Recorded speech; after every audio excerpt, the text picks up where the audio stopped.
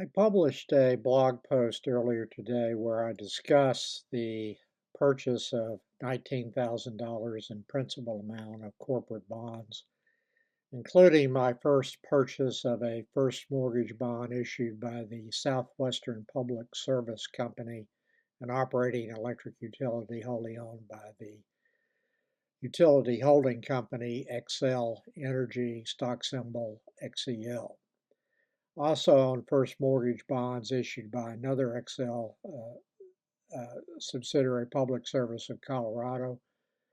Also bought $10,000 in a 3-month Treasury bill at last Monday's auction. I will not be purchasing any stocks next week. The dollar amount of stock or stock fund purchases discussed in today's blog was only $929, compared to $29,000 in Treasury bill and corporate bond purchases.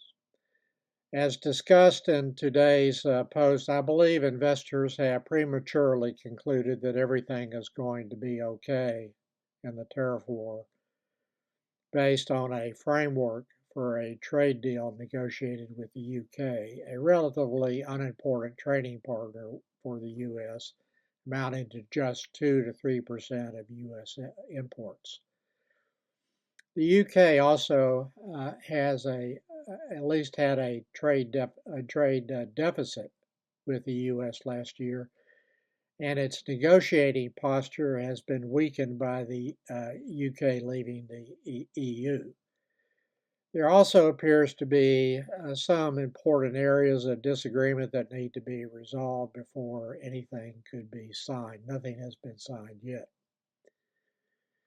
The lowest tariff rate that Trump will accept is 10%, about 3 times higher than the current trade-weighted average for the U.S. and substantially higher than the trade-weighted tariffs of major U.S. trading partners, including the EU nations that have less than a 3% trade-weighted tariff on exports to the EU countries. The Fed issued a statement at its last meeting, which was approved by all voting members, that emphasized its concern about stagflation resulting from Trump's policy decisions. This is the pertinent part of its statement. Quote, uncertainty about the economic outlook has increased further.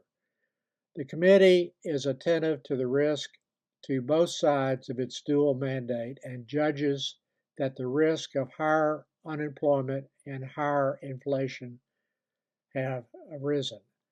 And what they're describing there is a stagflation type scenario where growth slows and inflation rises. It will take several months before the tariff taxes cause a meaningful increase in inflation. One reason for that is the tremendous amount of imports that were made in February and March before the tariffs took effect, and those imports will not be subject to, were not subject to the new tariff rates. Higher prices for consumer products, including expensive items, particularly like passenger vehicles that are now subject to various high tariffs, U.S. tariffs, will result in lower demand. Packaged food companies, I would just point out, have seen much lower consumer demand resulting from modest price increases and relatively inexpensive food items.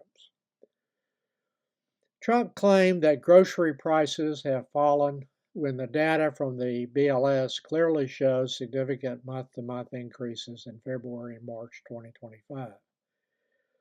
The next CPI release will be for April and will be released on May 13th, 2025. The grocery price data can be found in Table 2 of the BLS CPI reports under the Food at Home category, which rose 0.4% in March compared to February. There was also a report from a major egg company that it would be increasing prices by over 10% due to the Republican tariff taxes.